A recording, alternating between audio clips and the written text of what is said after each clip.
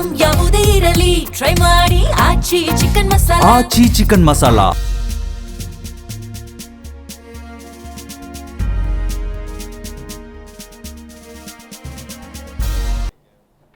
ವಿಶೇಷ ಕಾರ್ಯಕ್ರಮಕ್ಕೆ ಸ್ವಾಗತ. ನಾನು ಸಿಂಚನಾ.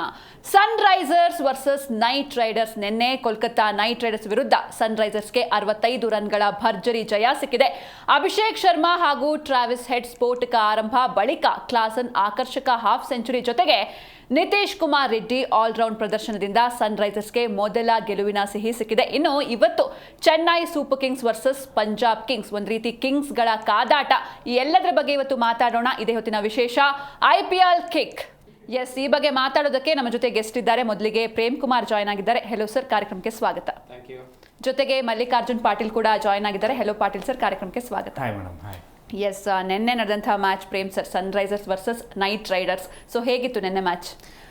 ನಿನ್ನೆ ಸನ್ಗೆ ಮಾಡಿದ ನೈಟ್ ರೈಡರ್ಸ್. ಯಾಕಂದರೆ ಒಂದು ಹೋಮ್ ಗ್ರೌಂಡಲ್ಲಿ ಇದ್ದಾಗ ಒಂದು ದೊಡ್ಡ ಅಡ್ವಾಂಟೇಜು ಮ್ಯಾಚ್ ಗೆಲ್ಲಬೇಕು. ಯಾಕಂತ ಹೇಳಿದರೆ ನಿಮಗೆ 7 ಮ್ಯಾಚ್ ಇದ್ದಾಗ ಲೋಕಲ್ ಕ್ರೌಡ್ ಸಪೋರ್ಟ್ ಇರುತ್ತೆ. ಜೊತೆಗೆ ಲೀಗ್ ಹಂತದ ಮ್ಯಾಚ್ಗಳೆಲ್ಲ ಹೋಮ್ ಗ್ರೌಂಡಲ್ಲಿ ನಡೆಯೋದ್ರಿಂದ ಅವು ಎಷ್ಟು ಗೆಲ್ತೀವೋ ಮುಂದಿನ ಹಂತದಲ್ಲಿ ಎಲ್ಲೋ ಎಡವಿದ್ರು ರನ್ ರೇಟ್ ಆಧಾರದಲ್ಲೋ ಮತ್ತೊಂದು ಎಲ್ಲವೂ ಕೂಡ ತುಂಬ ಪ್ಲಸ್ ಆಗುತ್ತೆ. ಆ ಹಂತಕ್ಕೆ ನೋಡೋದಾದರೆ ನಿನ್ನೆ KKR ಗೆಲ್ಲುವ ಎಲ್ಲ ಅವ್ರದ್ದೇ ಮನೆ ಅಂಗಳ ಈ ಹಿಂದೆ ಎಲ್ಲ ಗೆದ್ದಿದ್ದಾರೆ. ಆ ಕಾರಣಕ್ಕೋಸ್ಕರ ನಿನ್ನೆ ಆ ತಂಡ ಗೆಲ್ಲುವ ನಿರೀಕ್ಷೆ ಇದೆ ಅನ್ಕೊಂಡಿದ್ವಿ. ಆದ್ರೂ ಕೂಡ ನಾವು ಮಾತಾಡಿದಾಗ ಓಪನರ್ ಬಿಟ್ರೆ ಮಿಡ್ಲ್ ಆರ್ಡರ್ ಯಾರು ಆ ತಂಡಕ್ಕೆ ನೆರವು, ರಘುವಂಶಿ ಬಿಟ್ರೆ ಯಾರು ಆಡ್ತಾರೆ, ಪಿನ್ನಲ್ಲೇನು ಹೊರತುಪಡಿಸಿ ಯಾರು ಆಡ್ತಾರೆ ಅನ್ನೋದಿತ್ತು. ನಿಜ ಕೂಡ ಹಾಗೆ ಆಯ್ತು. ಯಾಕಂದ್ರೆ ಒಂದು ಮೊದಲು ಬ್ಯಾಟಿಂಗ್ ನಾವು ಟಾಸ್ ಗೆದ್ದಾಗ ಈ ಹೈದರಾಬಾದ್ ಇದ್ದಾಗ ಒಂದು ಯೋಚನೆ ಮಾಡಬೇಕು ಸಿಂಚನ, ಅವ್ರನ್ನೇ ಬ್ಯಾಟಿಂಗ್ ಕಳಿಸ್ಬೇಕಾ ಅಥವಾ ನಾವೇ ಆಡ್ಬಿಡ್ಬೇಕಾ ಅಂತ. ಅವ್ರು ಟಾಸ್ ಗೆದ್ರು ಮೊದಲೇ ಬ್ಯಾಟಿಂಗ್ ಮಾಡೋದು, ಅವರು ಟಾಸ್ ಸೋತ್ರು ಮೊದಲು ಬ್ಯಾಟಿಂಗ್ ಕಳಿಸ್ಬೇಕಾದ್ರೆ ಎದುರಾಳಿ ತಂಡ ಒಂದು ಚೂರು ನೋಡ್ಕೋಬೇಕು. ಅದ್ರಲ್ಲೂ ಕೂಡ ನಿನ್ನೆ ಅಭಿ ಹೆಡ್ ಕ್ಲಾಸನ್ ಅಬ್ಬರ ಇತ್ತು ಒಂದ್ ಕಡೆಗೆ. ಇನ್ನೊಂದ್ ಕಡೆಗೆ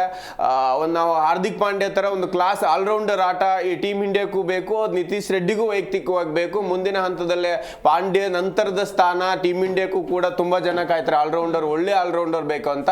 ಆ ನಿಟ್ಟಿನಲ್ಲಿ ನಿತೀಶ್ ಕುಮಾರ್ ರೆಡ್ಡಿ ಪ್ರಯತ್ನ ಮಾಡಬೇಕು. ಅದನ್ನ ನಿನ್ನೆ ಆಟದಲ್ಲಿ ಅವ್ರ ಹತ್ರ ನೋಡಿದೀವಿ. ಬೌಲಿಂಗ್ ಬ್ಯಾಟಿಂಗ್ ಎರಡು ತುಂಬಾ ಚೆನ್ನಾಗಿ ಮಾಡಿದ್ರು. ನೀವು ಹೇಳಿದಾಗೆ ಒಂದು ಆರಂಭ ಅಬ್ಬರದಲ್ಲಿ ಸಿಕ್ತವ್ರಿಗೆ 84 ರನ್ ಬಂತು ಪವರ್ ಪ್ಲೇರೇನೆ. ಇದು ದೊಡ್ಡ ಮೊತ್ತ ಕಲೆ ಹಾಕ್ಲಿಕ್ಕೆ ನೆರವಾಯಿತು. ಆದ್ರೆ ಒಂದ್ ಹಂತಕ್ಕೆ ಸೆಟ್ಲ್ ಆದಾಗ ಈ 8 ವಿಕೆಟಿಗೆ 226 ರನ್ ಬಂತು. ಆದ್ರೆ ಆರಂಭಿಕವಾಗಿ 84 ರನ್ ಪವರ್ ಪ್ಲೇ ಬಂದಾಗ ಸಿಂಚನ 100% ಇವತ್ತು 300 ಬರುತ್ತೆ ಅನ್ನುವ ನಿರೀಕ್ಷೆ ಇಟ್ಕೊಂಡಿದ್ರು. ಆದ್ರೆ ತುಂಬಾ ಚೆನ್ನಾಗಿ ಅವರಿಬ್ರು ವಿಕೆಟ್ ಹೋಗುತ್ತೆ. ನಮಗೆ ಆರಂಭಕ್ಕೆ ಹೆಡ್ ಔಟ್ ಆದ ನಂತರ ಇನ್ನೊಂದ್ ಕಡೆಗೆ ನಾವು ತುಂಬಾ ಇನ್ಫಾರ್ಮ್ ಅಂತ ಹೇಳಿದ್ರೆ ಕಿಶನ್ ಜೊತೆ ಈಗ ಆಲ್ರೆಡಿ ಸೆಟ್ ಆಗಿದ್ರೆ ಅಭಿಷೇಕ್ ಶರ್ಮಾ ತುಂಬಾ ಚೆನ್ನಾಗಿ ಮೋಡಿ ಮಾಡ್ತಾರೆ ಅನ್ಕೊಂಡಿದ್ವಿ. ಕಿಶನ್ ಕೂಡ ಔಟ್ ಆಗ್ತಾರೆ. ನಂತರ Abhishek Sharma back to back wicket ಹೋದಾಗ ಅದರಲ್ಲೂ ಕೂಡ ಬೌಲಿಂಗ್ ನಡೀತಾ ಇಲ್ಲ, ಯಾವುದೇ ಕಾರಣಕ್ಕೂ ಇವ್ರದ್ದು ಫಾರ್ಮೇ ಹೋಗ್ತಾ ಇದೆ ಅನ್ನೋ ಹೊತ್ತಲ್ಲೇ ಅದ್ಭುತ ಕ್ಯಾಚ್ ಹಿಡಿತಾರೆ ವರುಣ್ ಚಕ್ರವರ್ತಿ. ಹಾಗಾಗಿ ಆ ಕ್ಯಾಚ್ ಇಂದ ಅಭಿಷೇಕ್ ಶರ್ಮಾ ಹೊರಗೆ ಹೋಗ್ತಾರೆ. ನಂತರ ಅವ್ರೇನೋ ಬ್ಯಾಡ್ ವರ್ಡ್ ಬಳಸಿದ್ದಾರೆ ಅಂತ ಹೇಳ್ಬಿಟ್ಟು ಆ ಪಂದ್ಯಕ್ಕೆ ಆ ಕ್ಯಾಚಿನ ಸಂಬಂಧಪಟ್ಟಂಗೆ ದಂಡ ಕೂಡ ಹಾಕಿದ್ದಾರೆ ಅಭಿಷೇಕ್ ಶರ್ಮಾಕ್ಕೆ. ಅದನ್ನು ಹೊರತುಪಡಿಸಿದ್ರೆ ಕ್ಲಸನ್ 35 ಬಾಲಿಗೆ 52, ನಂತರ ನಮಗೆ ರೆಡ್ಡಿ 24 ಎಸೆತಕ್ಕೆ 39 ರನ್. ಇದು 220 ಚಿಲ್ಲರ ರನ್ ಪೇರಿಸಲಿಕ್ಕೆ ತುಂಬಾ ಹೆಲ್ಪ್ ಆಗುತ್ತೆ. ನಂತರ ಈ ಹೊಡಿಬಡಿ ಆಟವನ್ನು ಉಳಿಸ್ಕೋಬೇಕಂತ ಹೇಳಿದ್ರೆ ನಿಮಗೆ ಅಂಥದ್ದು ಒಳ್ಳೆ ಬೌಲಿಂಗ್ ಮಾಡಬೇಕು.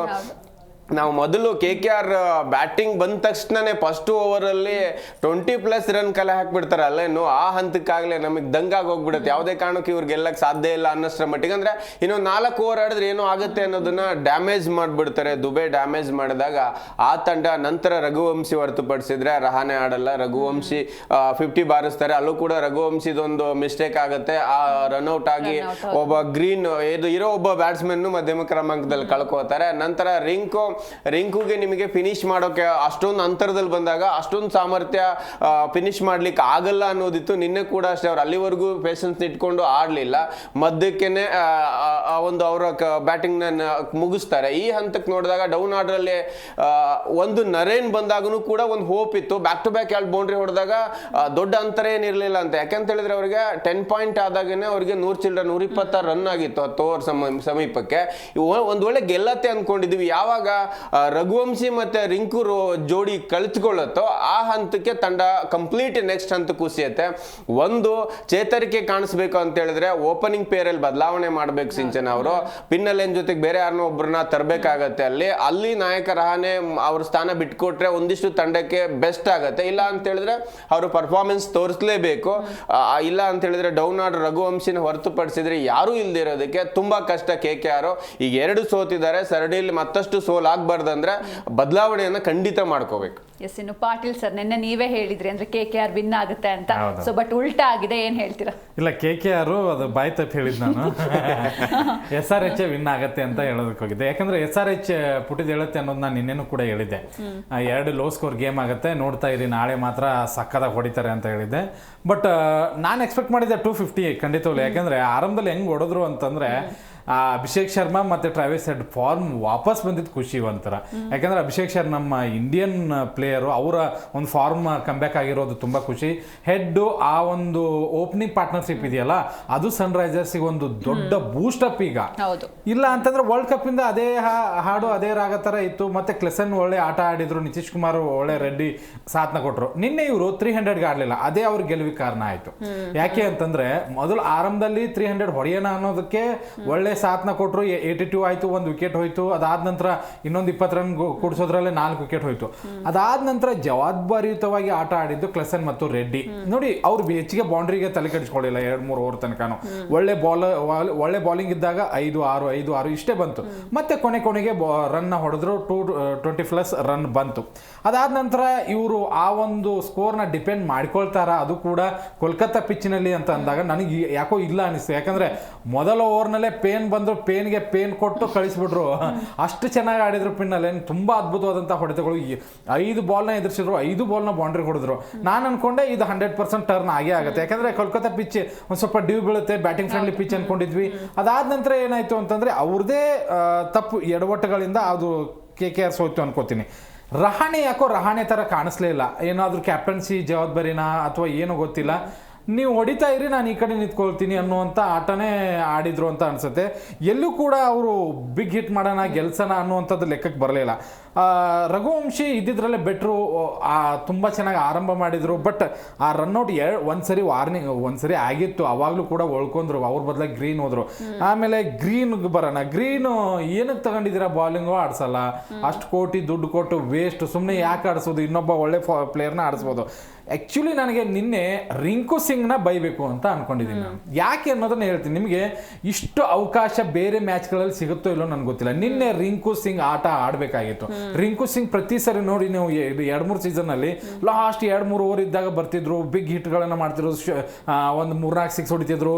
ಲಾಸ್ಟ್ ಇನ್ನೊಂದು 5 ಬಾಲ್ 30 ರನ್ ಬೇಕಾ ಅಥವಾ 5 ಬಾಲ್ 20 ರನ್ ಬೇಕಾದಾಗ 2-3 ಸಿಕ್ಸ್ ಹೊಡೆದು ಅಯ್ಯೋ 2 ರನ್ನಿಂದ ಸೋತ್ರು, 3 ರನ್ನಿಂದ ಸೋತ್ರು.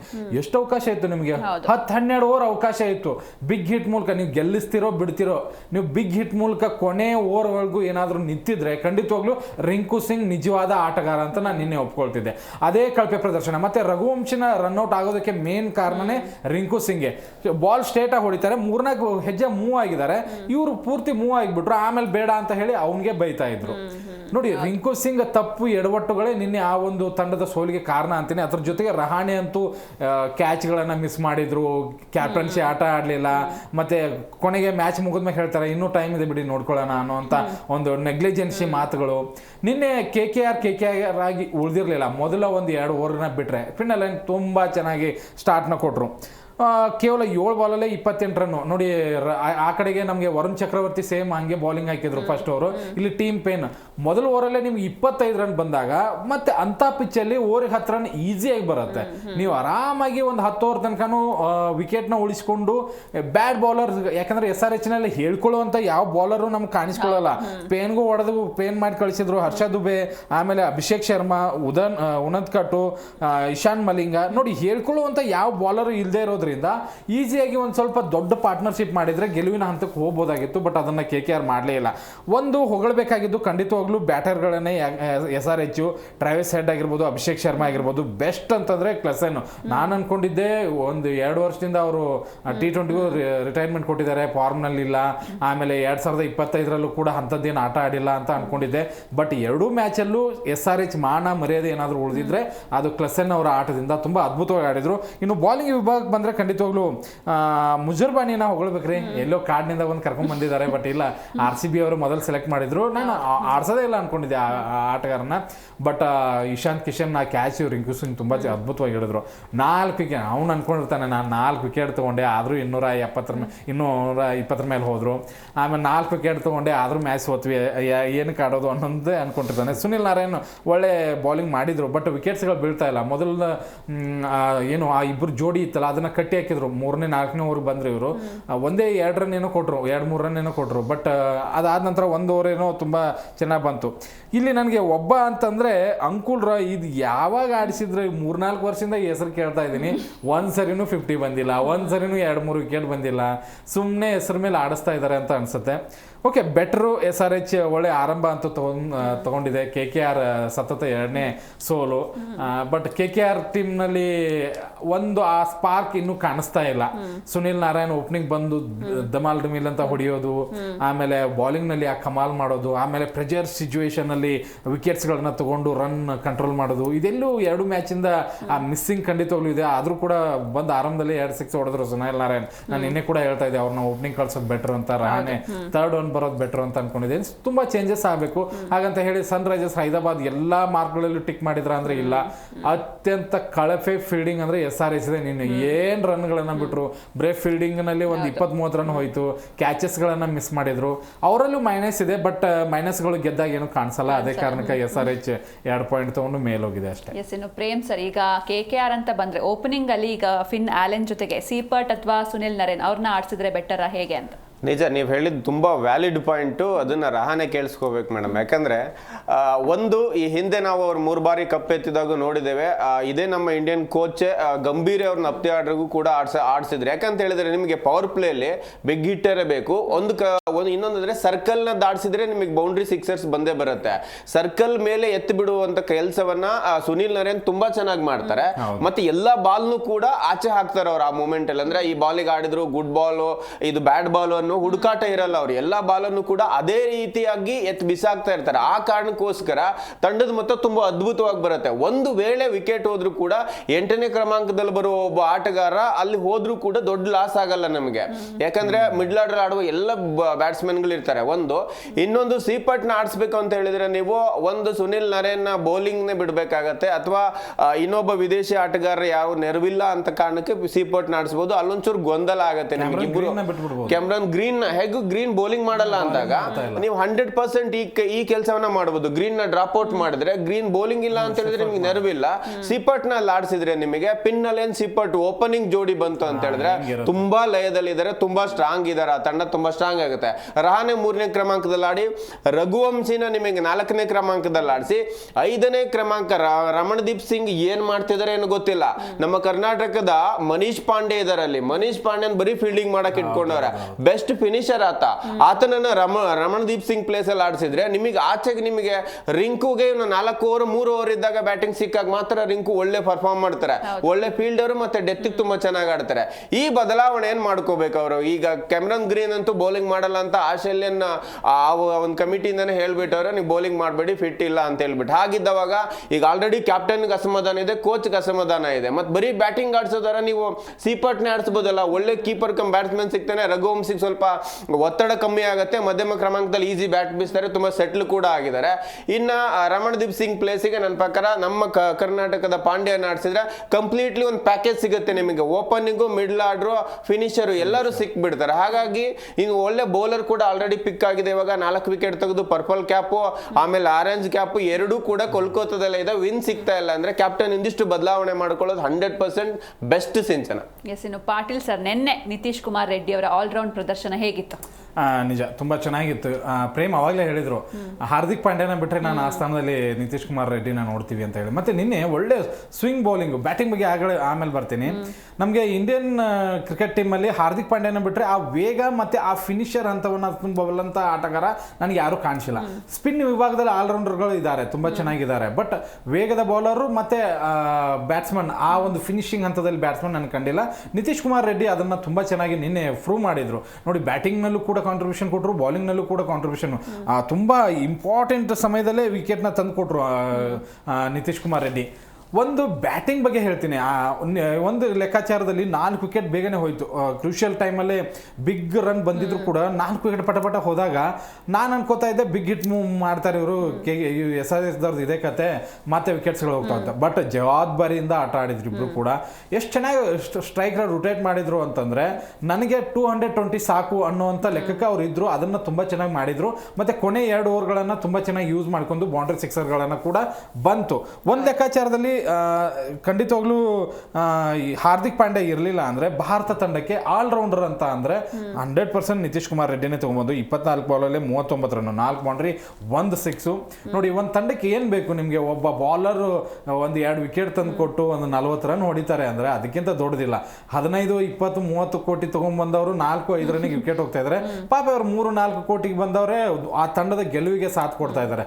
ಇಂಥ ಆಟಗಾರರು ಮುಂದಿನ ಸೀಸನ್ಗಳಲ್ಲಿ ದೊಡ್ಡ ಮೊತ್ತಕ್ಕೆ ಬಿಡ್ ಆಗಬೇಕು ಅನ್ನೋದನ್ನ ಆಶಿಸ್ತೀನಿ ಅಷ್ಟೇ. ಎಸ್, ಇನ್ನು ಪ್ರೇಮ್ ಸರ್, ಈಗ ನಿನ್ನೆ ಮ್ಯಾಚ್ ಅಲ್ಲಿ ಒಂದ್ ಕಡೆ SRH ಹಾಗೆ ಇನ್ನೊಂದ್ ಕಡೆ KKR ಬೌಲಿಂಗ್ ಹೇಗಿತ್ತು ಅಂತ ಎರಡು ತಂಡಗಳದ್ದು ಕಂಪೇರಿಟಿವ್ಲಿ ನಿನ್ನೆ SRH ಬೌಲಿಂಗ್ ತುಂಬಾ ಚೆನ್ನಾಗಿತ್ತು. ಮುಜರ್ಬಾನಿ ಇಂಪಾರ್ಟೆಂಟ್ ಟೈಮಲ್ಲಿ ಒಳ್ಳೊಳ್ಳೆ ವಿಕೆಟ್ ಎತ್ಕೊಟ್ಟಿದ್ದಾರೆ, 4 ವಿಕೆಟ್ ಎತ್ಕೊಂಡ್ರು. ಅದು ಅವರ ವೈಯಕ್ತಿಕವಾಗಿ ಕೋಲ್ಕತ್ತಾ ನೈಟ್ ರೈಡರ್ಸ್ ಪರವಾಗಿ ಉತ್ತಮ ಪ್ರದರ್ಶನ, 41 ರನ್ ಬಿಟ್ಕೊಟ್ಟಿದ್ದಾರೆ. ಓಕೆ, ಬಟ್ ಯಾಕಂತ ಹೇಳಿದ್ರೆ ಜಿಂಬಾಬ್ವೆಯಿಂದ ಇನ್ನೊಂದಿಷ್ಟು ಜನ IPL ವಾಚ್ ಮಾಡ್ತಿರ್ತಾರೆ. ನಾವು ಆ ದೇಶದಲ್ಲಿ IPL ಆಡಬೇಕು ಅನ್ನೋ ತುಂಬಾ ಆಸೆ ಕನಸುಗಳನ್ನು ಹೊತ್ಕೊಂಡು ಇನ್ನೊಂದಿಷ್ಟು ಪ್ರತಿಭೆಗಳು ಬರಲಿಕ್ಕೆ ಆ ಮುಜರ್ಬಾನಿ ಪರ್ಫಾರ್ಮೆನ್ಸ್ ಬೆಸ್ಟ್ ಅಂತ ನಂಗೆ ಅನ್ಸುತ್ತೆ. ಇನ್ನು ಗೆಲುವಿನ ತಂಡಕ್ಕೆ ನೆರವಾದಂತ ಬೌಲರ್ ನೋಡೋದಾದ್ರೆ ಜಯದೇವ್ ಉನಾದ್ಕಟ್ 3 ವಿಕೆಟ್ ತೆಗೆದುಕೋತಾರೆ. ಆಮೇಲೆ ನನಗೆ ಒಂದು ಮಲಿಂಗ 2 ವಿಕೆಟ್ ಎತ್ತಿದ್ದು ಕೂಡ ತುಂಬಾ ಟರ್ನಿಂಗ್ ಪಾಯಿಂಟ್ ಆಗುತ್ತೆ. ನಿತೀಶ್ ಕುಮಾರ್ ರೆಡ್ಡಿ 2 ವಿಕೆಟ್ ಎತ್ತಿದ್ದು ಕೂಡ ತುಂಬಾ ಇಂಪಾರ್ಟೆಂಟ್ ವಿಕೆಟ್ ಅಂತ ಹೇಳಿದ್ರೆ ಅಲ್ಲಿ ಪಾರ್ಟ್ನರ್ಶಿಪ್ಗಳನ್ನ ಅವರು ಕಂಟ್ರೋಲ್ ಅಲ್ಲಿ ತಗೋಬಿಡ್ತಾರೆ. ನಿಮಗೆ 10.5 ಓವರ್ಸ್ಗೆನೆ 126 ರನ್ ಆದಾಗ ಒಂದ್ ಹಂತಕ್ಕೆ ರಘುವಂಶಿ ತುಂಬಾ ಕಾನ್ಫಿಡೆನ್ಸ್ ಆಗಿ ಆಡ್ತಾ ಇದ್ರು. ನನಗನ್ಸ್ತಾ ಇತ್ತು ಆ ಮೂಮೆಂಟ್ಗೆ ಈಸಿಯಾಗಿ ಚೇಂಜ್ ಮಾಡ್ಬೋದು ಅಂತ. ಯಾಕಂದ್ರೆ ಅಲ್ಲಿ ಕ್ರೀಸ್ ರೋಟೇಟ್ ನ ಈಸಿಯಾಗಿನೇ ಮಾಡ್ಕೊಡ್ತಾ ಇದ್ರು. ನಮ್ಗೆ ಫಿನಿಶರ್ ಹಂತಕ್ಕೆ ಬಂದ್ರು ಕೂಡ ಅಲ್ಲೇನ್ ಫಿನಿಶ್ ಮಾಡಕ್ ಆಗದೆ ಹೋದ್ರು ಪರವಾಗಿಲ್ಲ, ತುಂಬಾ ಚೆನ್ನಾಗಿ ಅವ್ರಿಗೆ ರಘುವಂಶಿಗೆ ಸಾಥ್ ಕೊಟ್ರು. ಆದ್ರೆ ಈ ಒಂದು ವಿಕೆಟ್ ನ ಕಳ್ಸಿದ ತಕ್ಷಣನೇ ಅಲ್ಲೊಂದು ರನ್ಔಟ್ ಆಗಿ ಹೋಯ್ತು ಏನೋ ಗೊತ್ತಿಲ್ಲ. ಆ ಹಂತಕ್ಕೆ ಆದ ತಕ್ಷಣನೇ ಕುಸಿಯುವ ಹಂತಕ್ಕೆ ಬಂದವಾಗನೇ ಈ ನಿತೀಶ್ ಕುಮಾರ್ ರೆಡ್ಡಿ ಬೌಲಿಂಗ್ ಇರ್ಬೋದು, ಅದು ಮಲಿಂಗ ಬೌಲಿಂಗ್ ಇರ್ಬೋದು, ನಂತರ ಉನಾದ್ಕಟ್ ಒಳ್ಳೊಳ್ಳೆ ಕ್ಯಾಚ್ ತಗೊಂಡು ಕ್ಯಾಚ್ ನೋಡಿದ್ರೆ ನನಗೆ ರಹಾನೆ ಕೂಡ ಅದೇ ನಿಟ್ಟಿನಲ್ಲಿ ಕ್ಯಾಚ್ ಹಿಡಿಬಹುದು. 2 ಸ್ಟೆಪ್ ಮುಂದೆ ಹೋಗಿದ್ರೆ ಕ್ಯಾಚ್ ಸಿಗೋದು. ಕಾಮೆಂಟೇಟರ್ ಅದನ್ನ ಹೇಳ್ತಾರೆ, 2 ವರ್ಷದ ಹಿಂದಿನ ರಹಾನೆ ಆಗಿದ್ರೆ ಹಿಡಿತಿದ್ರು, ಈಗ ಓಡಕ್ಕಾಗಲ್ಲ ಅವರಿಗೆ ಅಂದ್ರೆ ಆ ಮೂಮೆಂಟಿಗೆ ಆಗೋಗಿದೆ. ಸೀನಿಯರ್ಸ್ ಆಗಿರ್ತಾರೆ. ಆ ಲೆಕ್ಕಾಚಾರ ನೋಡಿದಾಗ ಕಂಪೇರಿಟಿವ್ಲಿ ತಂಡ ಗೆಲ್ಬೇಕಂತ ಹೇಳಿದ್ರೆ ನಿಮಗೆ ನೋಡಿ ಒಂದ್ ಹಂತಕ್ಕೆ ಯಂಗ್ ಬೌಲರ್ನ ಬಳಸಬೇಕಾದ್ರೂ ಕೂಡ ಕ್ಯಾಪ್ಟನ್ಗೆ ಎದೆಗಾರಿಕೆ ಬೇಕು. ನಿಮ್ಗೆ ಹರ್ಷ್ ದುಬೇನ ಮೊದಲ ಓವರ್ ಅಲ್ಲಿ ನಿಮ್ಗೆ 20+ ರನ್ ಬಂದು ಹೊಡೆದಿರೋ ಸೆಟ್ಲ್ ಬ್ಯಾಟ್ಸ್ಮನ್ ಇದ್ದಾವಾಗ ನಿಮಗೆ ಹರ್ಷ್ ದುಬೆ ಕೈಲಿ ಬೌಲಿಂಗ್ ಕೊಡ್ತಾರೆ ಅಂದಾಗ ಅವ್ರಿಗೆ ಎಷ್ಟು ಕನ್ಫ್ಯೂಸ್ ಆಗಿರ್ಬೇಡ. ಅಷ್ಟು ಹಿಟ್ ಮಾಡ್ತಾ ಇರುವ ಪಿನ್ ಲೈನ್ಗೆ ಬೌಲಿಂಗ್ ಮಾಡ್ತಾರೆ, ಅವ್ರ ಬ್ಯಾಡ್ ಲೆಕ್ ಅವರಿಗೆ ಕ್ಯಾಚ್ ಕೊಟ್ಟು ಹೋಗ್ತಾರೆ. ಮೇ ಬಿ ಅದು ತುಂಬಾ ಟರ್ನಿಂಗ್ ಪಾಯಿಂಟ್ ನನ್ನ ಪ್ರಕಾರ. ಇನ್ನು 3 ಓವರ್ ಆಡಿದ್ರೆ ಹರ್ಷ್ ದುಬೆ ವಿಕೆಟ್ ಎತ್ತದೇ ಹೋಗಿದ್ರೆ ಆ ಓವರ್ ಕೂಡ ಪಿನ್ ಲೈನ್ ಪರವಾಗಿ ಬಂದಿದ್ರೆ ರಹಾನೆ ಸುಮ್ಮನೆ ಇದ್ದಿದ್ರು ಕೂಡ ಅಲ್ಲೊಂದು 60-70 ರನ್ ಈಸಿಯಾಗಿ ಬಂದಿರೋದು. ಹಾಗಾಗಿ ನನಗನ್ಸುತ್ತೆ ಹರ್ಷ್ ದುಬೆ ತುಂಬಾ ಟರ್ನಿಂಗ್ ಪಾಯಿಂಟ್. ನಂತರದ 3 ಜನ ಬೌಲರ್ ಕೂಡ ಅಂದ್ರೆ ಸಾಂಘಿಕ ಪ್ರದರ್ಶನ, ಕ್ಯಾಚಿಂಗು, ಫೀಲ್ಡಿಂಗು ಎಲ್ಲವನ್ನು ಕೂಡ ತುಂಬಾ ಚೆನ್ನಾಗಿ ಮಾಡಿದಾಗ ತಂಡ ಗೆಲ್ಲತ್ತೆ ಅನ್ನೋದಕ್ಕೆ ನಿನ್ನೆ ಸನ್ರೈಸ್ ಕೊಡುಗೆನೇ ಕಾರಣ. ಎಸ್, ಈ ಬಗ್ಗೆ ಇನ್ನಷ್ಟು ಮಾತಾಡೋಣ. ಇವತ್ತು CSK ಹಾಗೂ ಪಂಜಾಬ್ ಕಿಂಗ್ಸ್ ಮುಖಾಮುಖಿ ಆಗಲಿವೆ. ಕಿಂಗ್ಸ್ಗಳ ಕಾದಾಟದಲ್ಲಿ ಗೆಲ್ಲೋರು ಯಾರು? ಇವತ್ತು ಚೆನ್ನೈ ಸೂಪರ್ ಕಿಂಗ್ಸ್ ಹಾಗೂ ಪಂಜಾಬ್ ಕಿಂಗ್ಸ್ ನಡುವೆ ಮ್ಯಾಚ್ ಇದೆ. ಇನ್ನು ಪ್ರೇಮ್ ಸರ್, ಕಿಂಗ್ಸ್ಗಳ ಕಾದಾಟ ಹೆಸರಿಗಷ್ಟೇ ಕಿಂಗ್ಸ್ CSK ಹೇಗೆ ಅಂತ? ಇವತ್ತು ಗೆದ್ದಿಲ್ಲ ಅಂತ ಹೇಳಿದ್ರೆ ಮತ್ತೆ ಅಂಕಪಟ್ಟಿಯಲ್ಲಿ ಕೆಳಗಿದ್ದಾರೆ, ಅದೇ ಸ್ಥಾನ ಕಂಟಿನ್ಯೂ ಮಾಡ್ತಾರೆ. ಹೋದ ವರ್ಷದಿಂದ ಅದನ್ನ ಅವರು ಒಂದು ಕಂಟಿನ್ಯೂಟಿ ಮೇಂಟೈನ್ ಮಾಡ್ತಾ ಇದ್ದಾರೆ, ಕೆಳ ಹಂತದಲ್ಲಿ ನಾವು ಇದ್ದೀವಿ ಅನ್ನೋದನ್ನ. ಈ ಬಾರಿನೂ ಹಂಗೆ ಆಗ್ತಾ ಇದೆ. ಬಟ್ ಚೆನ್ನೈ ಗೆಲುವಿನ ಮೂಲಕ ಬಂದಿದೆ, ಇವರು ಗೆಲುವಿನ ಹುಡುಕಾಟವನ್ನು ನಡೆಸ್ತಾ ಇದ್ದಾರೆ. ಇನ್ನ ಧೋನಿ ಕೂಡ ಇವತ್ತು ಆಡಲ್ಲ ಸಿಂಚನ, ಯಾಕಂತ ಹೇಳಿದ್ರೆ ಅವ್ರು ಇನ್ನ ಫಿಟ್ ಆಗಿಲ್ಲ. ಆ ಕಾರಣಕ್ಕೆ ಇವತ್ತು ಕೂಡ ಅವ್ರು ಆಡಲ್ಲ. ಬಟ್ ಯುವ ಪ್ರತಿಭೆಗಳಿಗೆ ನೆಟ್ಸಲ್ ಬಂದು ಕೋಚ್ ಮಾಡ್ತಾ ಇದ್ದಾರೆ. ಬಟ್ ಈಗ ಗೆಲುವಿನ ಧೋನಿನೊಂದಿಗೆ ಬಂದ ಶ್ರೇಯಸ್ ಅಯ್ಯರ್ ಪಡೆ ಏನಿದೆಯಲ್ಲ ತುಂಬಾ ಸ್ಟ್ರಾಂಗ್ ಇದೆ. ಒಂದು ಬ್ಯಾಟಿಂಗ್ ಹಂತದಲ್ಲಿ ಹೊಸಬರ ಆಗಮನ, ಕನೋಲಿ ಬಂದ್ಬಿಟ್ಟು ಉತ್ತಮವಾಗಿ ಕೂಪರ್ ಕನೋಲಿ ತುಂಬಾ ಚೆನ್ನಾಗಿ ಆಡಿದ್ದಾರೆ, ಆ ಒಂದು ಕಂಬ್ಯಾಕ್ ಇದೆ. ಜೊತೆಗೆ ಡೆತ್ ಓವರ್ ಅಲ್ಲಿ ನಿಮ್ಗೆ ತುಂಬಾ ಚೆನ್ನಾಗಿ ಬೌಲಿಂಗ್ ಮಾಡುವ ಬೌಲರ್ಗಳ ಪಡೆನೇ ಇದೆ. ನಿಮಗೆ ಜಾನ್ಸನ್ ಇರ್ಬೋದು, ವೈಸಾಖ್ ವಿಜಯ್ ಕುಮಾರ್ ತುಂಬಾ ಒಳ್ಳೆ ಫಾರ್ಮಿಗೆ ಬಂದ್ದಾರೆ. ಡೆತ್ ಸ್ಪೆಷಲಿಸ್ಟ್ ನಮ್ಮ ಹರ್ಷದೀಪ್ ಸಿಂಗ್ ತುಂಬಾ ಲಯದಲ್ಲಿದ್ದಾರೆ, ಅದನ್ನ ಮೊದಲ ಮ್ಯಾಚ್ ಅಲ್ಲೂ ಕೂಡ ಮಾಡಿದ್ದಾರೆ. ಜೊತೆಗೆ ಇದು ಚೆನ್ನೈ ಪಿಚ್ ಹೇಳಿ ಕೇಳಿ ನಿಮಗೆ ಚಪಾಕಲ್ಲಿ ಒಳ್ಳೆ ಸ್ಪಿನ್ನಿಗೆ ನೆರವಾಗುತ್ತೆ. ಆಲ್ರೆಡಿ ನಮ್ಮ ಯಜುವೇಂದ್ರ ಚಹಲ್ ತುಂಬಾ ಲಯದಲ್ಲಿ ಇರೋದ್ರಿಂದ ಈ ಕುಲ್ದೀಪ್, ಯಜುವೇಂದ್ರ ಚಹಲ್ ಇಂಥ ಸ್ಪಿನ್ ಪಿಚ್ಗಳಲ್ಲಿ ತುಂಬಾ ಒಳ್ಳೆ ಮೋಡಿ ಮಾಡ್ತಾರೆ. ಹಾಗೇನಾದ್ರೂ ಮಾಡಿದ್ರೆ ಈ ತಂಡ ಹೇಗೆ ಸುಧಾರಿಸಿಕೊಳ್ಳುತ್ತೆ ಅನ್ನೋದನ್ನ ನೋಡ್ಬೇಕು. ಇವಾಗ ಒಂದು ಜವಾಬ್ದಾರಿಯುತವಾದ ಓಪನಿಂಗ್ ಪೇರ್ ಬರ್ಬೇಕು. ಇಲ್ಲಿ ನಮ್ಗೆ ಸಂಜು ಸ್ಯಾಮ್ಸನ್ ಇವತ್ತು ಹೇಗೆ ಆಡ್ತಾರೆ ಅನ್ನೋದ್ರ ಮೇಲೆ ನಿಗದಿ ಆಗುತ್ತೆ. ಸಂಜು ಇವತ್ತು ಫಾರ್ಮಿಗೆ ಬಂದ್ರೆ ಆ ಒಂದು ಹಂತಕ್ಕೆ ಏನಾದ್ರೂ ಚೆನ್ನೈ ಪುಟದೇಳುತ್ತೆ. ಯಾಕಂದ್ರೆ ಗಾಯಕ್ವಾಡ್ ಒಂದು ಚಾಮ್ನ ಇನ್ನ ತೋರಿಸಿಲ್ಲ, ಕಮ್ ಬ್ಯಾಕ್ ಮಾಡಬೇಕು ಅಂತ ಹೇಳಿದ್ರೆ ಆ ತಂಡಕ್ಕೆ ಅವ್ರು ಕ್ಯಾಪ್ಟನ್ ಆದವಾಗೆಲ್ಲ ಮಂಕ್ ಆಗ್ಬಿಡ್ತಾರೆ. ಅದೇ ಕಾರಣ ಕ್ಯಾಪ್ಟನ್ಸಿ ಕೂಡ ಚೇಂಜ್ ಮಾಡಿದ್ರು. ಒಂದು ಹಂತಕ್ಕೆ ಈಗ ಕ್ಯಾಪ್ಟನ್ ಆಗಿ ಹೇಗೆ ನಿಭಾಯಿಸ್ತಾರೆ ಅಂದ್ರೆ ಬ್ಯಾಟಿಂಗ್ ಕೂಡ ಮಾಡ್ಬೇಕು. ಇನ್ನೊಂದ್ ಕಡೆಗೆ ಆಯುಷ್ ಮಾತ್ರ ಓಪನಿಂಗ್ ಬಂದಾಗ ತುಂಬಾ ಚೆನ್ನಾಗಿ ಆಡ್ತಾರೆ. ಒಂದ್ ಕಡೆಗೆ ಅವ್ರು ಓಪನಿಂಗ್ ಬರ್ಬೇಕಾ ಅಥವಾ ಋತುರಾಜ್ ಗಾಯಕ್ವಾಡೆ ಬರ್ಬೇಕಾ? ಋತುರಾಜ್ ಗಾಯಕ್ವಾಡ್ ಬಂದ್ರೆ ಆಯುಷ್ ಮಾತ್ರ ಮಧ್ಯಮ ಕ್ರಮಾಂಕದಲ್ಲಿ ಹೇಗೆ ಬ್ಯಾಟಿಂಗ್ ಬೀಸ್ತಾರೆ ಅನ್ನೋದಿದೆ. ಇನ್ನೊಂದ್ ಕಡೆಗೆ ಮ್ಯಾಥ್ಯೂ ಶಾರ್ಟ್ಸ್ ಬಿಗ್ ಹಿಟ್ಟರ್, ಮೊದಲ ಮ್ಯಾಚ್ ಅಲ್ಲಿ ಆಡಿಲ್ಲ, ಇವತ್ತೇನಾದ್ರೂ ಕಮ್ ಬ್ಯಾಕ್ ಮಾಡಿದ್ರೆ ಒಳ್ಳೆ ಪ್ಲೇಯರ್ ಅವರು, ಬಟ್ ಅವರ ದಿನ ಆಗಿರ್ಲಿ ಅಂತ. ಇನ್ನು ಶಿವಮ್ ದುಬೆ ವಿಶ್ವಕಪ್ ಹೀರೋ, ಆ ಫಾರ್ಮ್ ನ ಕಂಟಿನ್ಯೂ ಮಾಡಬೇಕು. ಮಧ್ಯಮ ಹಂತದಲ್ಲಿ ಬಂದಾಗ ಕಂಪ್ಲೀಟ್ಲಿ ಜಡೇಜಾನೂ ಇಲ್ಲ, ಧೋನಿನೂ ಇಲ್ಲ, ನಮಗೆ ರೈನಾ ಅಂತ ಪ್ಲೇಯರ್ ಮಧ್ಯಮ ಕ್ರಮಾಂಕದಲ್ಲಿ ಆಡಿದಾಗೆ ಚೆನ್ನೈ ಪುಟದೇ ಇದ್ದುದು. ಹಾಗಾಗಿ ಚೆನ್ನೈಗೆ ಆ ತಂಡದಲ್ಲಿ ಅವ್ರು ಆಡಬೇಕು. ಇನ್ನೊಂದ್ ಕಡೆಗೆ ಸ್ಪಿನ್ ಮೋಡಿಯನ್ನ ಮಾಡಲೇಬೇಕು ಅಂತ ಹೇಳಿದ್ರೆ ಇಲ್ಲಿ ಇರೋದೇ ಒಬ್ಬ ಸ್ಟಾರ್ ಸ್ಪಿನ್ನರು, ಅದು ನೂರ್ ಅಹಮದ್ ಅಫ್ಘಾನಿಸ್ತಾನದ ಒಳ್ಳೆ ಸ್ಪಿನ್ನರ್ ಸಿಂಚನ. ಇವರು ಆಡಿದ್ರೆ ಖಂಡಿತವಾಗಿಯೂ ಒಂದು ಹಂತಕ್ಕೆ ಏನಾದ್ರೂ ಚೇತರಿಕೆ ಕಾಣಬಹುದು. ಆದ್ರೆ ಪ್ರಭು ಸಿಮ್ರಾನ್ ಸಿಂಗ್ ಇರ್ಬೋದು, ನಮಗೆ ಶ್ರೇಯಸ್ ಅಯ್ಯರ್ ಇರ್ಬೋದು, ಹಾಗೇನೆ ಪ್ರಿಯಾಂಶು ಆರ್ಯ, ಕೂಪರ್, ಈ ಆಟಗಾರರು ಸ್ಟಾರ್ ಪ್ಲೇಯರ್ಸ್ ನ ಹೇಗೆ ಕಟ್ಟಿ ಹಾಕ್ತಾರೆ ಅನ್ನೋದು ಇಂಪಾರ್ಟೆಂಟ್ ಒಂದ್ ಕಡೆಗೆ. ಇನ್ನೊಂದ್ ಕಡೆಗೆ ಆಲ್ರೌಂಡರ್ ಅಂತ ಬಂದಾಗ ಶಶಾಂಕ್ ಸಿಂಗ್ ಇದ್ದಾರೆ, ಸ್ಟೋನಿಸ್ ಇದ್ದಾರೆ, ಜಾನ್ಸನ್ ಇದ್ದಾರೆ. ಈ ಆಟಗಾರನ ಕಟ್ಟಿ ಹಾಕೋದು ಹೇಗೆ? ಇವರು ಬೌಲಿಂಗ್ ಬ್ಯಾಟಿಂಗ್ ಎರಡರಲ್ಲೂ ಕೂಡ ಒಳ್ಳೆಯ ಪ್ರದರ್ಶನವನ್ನು ಕೊಡ್ತಾ ಇದ್ದಾರೆ. ಹಾಗಾಗಿ ಕಂಪ್ಲೀಟ್ಲಿ ಈ ಬಾರಿನೂ ಬದುಕಬೇಕು ನಾನು IPL ಅಲ್ಲಿ ಅಂತ ಹೇಳಿದ್ರೆ CSK ಇವತ್ತು ಗೆಲುವು ಅನಿವಾರ್ಯ. ಯಾಕೆ ಹೇಳ್ತಾ ಇದ್ದೀನಿ ಅಂತ ಹೇಳಿದ್ರೆ ನೆಕ್ಸ್ಟ್ ಮ್ಯಾಚ್ ಇರೋದೇ RCB ಮೇಲೆ. ಒಂದ್ ವೇಳೆ ಸೋತ್ಕೊಂಡ್ ಬಂದ್ರೆ ಅಳಿಸ್ಬಿಡ್ತಾರೆ. ಹಾಗಾಗಿ ಇವತ್ತು ಏನಾದ್ರೂ ಗೆಲ್ಲಿ ಅಂತಾನೆ ನಾನು ಆಶಿಸ್ತೀನಿ. ಯಾಕಂದ್ರೆ ಅಷ್ಟು ಡಲ್ ಆಗಿ ಬಂದ್ರೆ RCB ಮೇಲೆ ಮ್ಯಾಚ್ ನೋಡಕ್ ಆಗಲ್ಲ. ಬಟ್ ಇನ್ನೊಂದ್ ಕಡೆಗೆ ಹೇಳ್ಬೇಕಂದ್ರೆ ವಿರಾಟ್ ಕೊಹ್ಲಿ ತರನೇ ಶ್ರೇಯಸ್ ಪಡೆ ಕೂಡ ಅಗ್ರೆಸಿವ್ ಆಗಿದೆ. ಮೇ ಬಿ ನನ್ನ ಪ್ರಕಾರ ಕಷ್ಟ. ಅದ್ರಲ್ಲೂ ಕೂಡ ವಿಶ್ವಕಪ್ ಹೀರೋ ದುಬೆ ಇರ್ಬೋದು, ನಮ್ಗೆ ಸಂಜು ಇರ್ಬೋದು, ಏನಾದ್ರೂ ಒಳ್ಳೆ ಪರ್ಫಾರ್ಮೆನ್ಸ್ ಮಾಡಿದ್ರೆ ಮಾತ್ರ ಗೆಲ್ಲಿಕ್ ಸಾಧ್ಯ ಇದೆ. ಇನ್ನು ಪಾಟೀಲ್ ಸರ್, ಇವತ್ತಿನ ಮ್ಯಾಚ್ ಬಗ್ಗೆ ನೀವೇನ್ ಹೇಳ್ತೀರಾ? ಖಂಡಿತ. ಒಂದ್ ಕಡೆಗೆ 5 ಕಪ್ ಗೆದ್ದು ಮೆರೆದಾಡಿದಂತಹ CSK, ಇನ್ನೊಂದ್ ಕಡೆ ಕಪ್ಪೇ ಗೆಲ್ದಿರುವಂತಹ ಪಂಜಾಬ್. ಇವತ್ತು ಯಾವ್ದೇ ಚಿಕ್ಕ ಮಕ್ಕಳನ್ನು ಕೇಳಿ ಯಾರು ಮ್ಯಾಚ್ ಗೆಲ್ತಾರೆ ಇವತ್ತು ಅಂತ ಕೇಳಿದ್ರೆ ಪಂಜಾಬಿ ಅಂತಾರೆ. ಯಾಕಂದ್ರೆ CSK ಹೊರಗೆ ಗೊತ್ತಿದೆ ಅವ್ರಿಗೆ. CSK 5 ಕಪ್ ಗೆದ್ದಿದ್ದು ಯಾವಾಗ ಗೊತ್ತಾ? ಎಕ್ಸ್ಪೀರಿಯನ್ಸ್ ಆಟಗಾರನ ತಗೊಂಡು ಆ ಒಂದು ಝಲಕ್ನ ಬೆಳೆಸ್ತಾ ಇದ್ರು. ಜಡೇಜಾ ಎಷ್ಟು ಮ್ಯಾಚ್ಗಳನ್ನ, ಎಷ್ಟು ಟ್ರೋಫಿಗಳನ್ನ ಗೆಲ್ಲಿಸಿಲ್ಲ ಅಂತ ಒಬ್ಬ ಆಟಗಾರನ ತೋರಿಸಿ ನನಗೆ. ಯಾರಿದ್ದಾರೆ ಇವ್ರ ಹತ್ರ ಅಂತಂದ್ರೆ ಯಾರು ಇಲ್ಲ ಅಂತವ್ರು. ಮಧ್ಯಮ ಕ್ರಮಾಂಕ ಅಂತೂ ಅಟ್ಟರ್ ಫ್ಲಾಪ್ ಇದೆ CSKದು. ಹಾಗಂತ ಹೇಳಿ ಕೆಟ್ಟದ ಪರ್ಫಾರ್ಮೆನ್ಸ್ ಆ ತಂಡ ಅಂದ್ರೆ ಪಂಜಾಬ್ ತಂಡ ತುಂಬಾ ಚೆನ್ನಾಗಿದೆಯಾ? ಅಲ್ಲೂ ಇಲ್ಲ. ಲಾಸ್ಟ್ ಮ್ಯಾಚ್ ಕನೋಲಿ ಬಿಟ್ರೆ ಬೇರೆ ಯಾವ ಒಬ್ಬ ಬ್ಯಾಟ್ಸ್ಮನ್ ಕೂಡ ಅವ್ರನ್ನ ಕೈ ಹಿಡ್ದಿಲ್ಲ. ಅವರು ಕೂಡ ಎದ್ದು ಬಿದ್ದು ಗೆದ್ದನೇ ಮ್ಯಾಚ್ನ ಗೆದ್ದಿರೋದು. CSK ನೆಲದಲ್ಲಿ ಈ ಮ್ಯಾಚ್ ನಡೀತಾ ಇರೋದ್ರಿಂದ ಕ್ರೂಷಿಯಲ್ ಒಂದ್ ಸ್ವಲ್ಪ ಇಂಟ್ರೆಸ್ಟಿಂಗ್ ಬರ್ಬೋದು ಅಂತ ಹೇಳಿ. ಲಾಸ್ಟ್ ಈಗ ಮೂರ್ನಾಲ್ಕು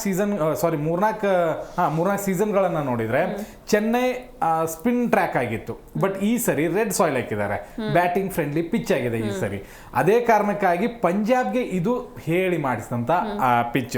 ಇಲ್ಲಿ ಸಂಜು ಸ್ಯಾಮ್ಸನ್ ಮತ್ತೆ ಆಯುಷ್ ಮಾತ್ರ, ಮ್ಯಾಥ್ಯೂ ಶಾರ್ಟ್, ಇವ್ರು 3 ಜನರನ್ನ ಬಿಟ್ರೆ ನನಗೆ ಯಾರು ಅಂತವ್ರು ಕಾಣಿಸ್ತಾ ಇಲ್ಲ. ಗಾಯಕ್ವಾಡ್ ಎಷ್ಟೋ ವರ್ಷ ಆಯ್ತು ಅವ್ರ ಫಾರ್ಮ್ ನೋಡಿ. ಸರ್ಫರಾಜ್ ಹಿಂದೆ ಹೊಡಿಯಕ್ಕೆ ಹೋಗ್ತಾರೆ, ಅಲ್ಲಿ ಒಬ್ಬ ಫೀಲ್ಡರ್ ನಡೆಸಿದ್ರೆ ಬಂದೆ ಪುಟ್ಟ ಹೋದ ಪುಟ್ಟ ಅಂತ ಅನ್ಕೋತಾರೆ. ಕಾರ್ತಿಕ್ ಶರ್ಮಾನ ಬಹಳ 14 ಕೋಟಿ ಕೊಟ್ಟು ತಗೊಂಡಿದ್ದಾರೆ, ಬಟ್ ಅವ್ರು ಇನ್ನೂ 14 ಇನ್ನಿಂಗ್ಸ್ಗಳು ಬೇಕು ಅವರು ಕಂಬ್ಯಾಕ್ ಆಗೋದಕ್ಕೆ. ಓವರ್ಟನ್ ಇದ್ದಿದ್ರಲ್ಲಿ ಅವ್ರ ಮಾನ ಮರ್ಯಾದೆ ಏನಾದ್ರೂ ಉಳಿಸ್ತಾ ಇದ್ದಾರೆ ಅಂತಂದ್ರೆ ಅವರೇ. ಇವತ್ತೇನಾದ್ರೂ ಧೋನಿ ಪ್ರಾಕ್ಟೀಸ್ ಮಾಡ್ತಾ ಇದಾರಪ್ಪ, ಇವ್ರ ಕಾಟ ತಾಳಾರ್ದೆ ಇವ್ರು ಹಿಂಗ ಆಡ್ತಾ ಇದಾರೆ ಅಂತ ಬಂದ್ರೆ ಹೇಳಕ್ ಬರಲ್ಲ. ಇಂಜುರಿ ಇರ್ಲಿ ತಡಿಮರೆ, ನಾನು ಮಾನ ಉಳಿಸ್ಕೋಬೇಕು ಅಂತ ಹೇಳಿ ಬರ್ಬೋದು. ಯಾಕಂದ್ರೆ ಧೋನಿ ಬರೋದ್ರೊಳಗೆ ಇವ್ರು ಮನೆಗೆ ಹೋಗೋ ಎಲ್ಲ ಲಗೇಜ್ ರೆಡಿ ಮಾಡಿದ್ರು. ಏನ್ ಮಾಡೋದು, ಇವ್ರು ರೆಡಿ ಆಗ ಮತ್ತೆ ಮನೆ ಹತ್ರ ಹೋಗ್ಬಾರ್ದು. ಅದಕ್ಕೋಸ್ಕರ ಇವತ್ತು ಬಂದ್ರೂ ಓಕೆ, ಅಥವಾ RCB ಜೊತೆ ಬಂದ್ರೂ ಓಕೆ. ಬಟ್ ಏನಂತಂದ್ರೆ ನನಗೆ ಅನಿಸಿದ್ದು, ಧೋನಿ ಇಲ್ದೇನೆ CSK ಇಲ್ಲ, ಗಂಭೀರ್ ಇಲ್ದೇನೆ KKR ಇಲ್ಲ. KKR ಅಲ್ಲಿ ಸೋಲ್ತಾ ಇದೆ, ಇಲ್ಲಿ ಇದು ಸೋಲ್ತಾ ಇದೆ.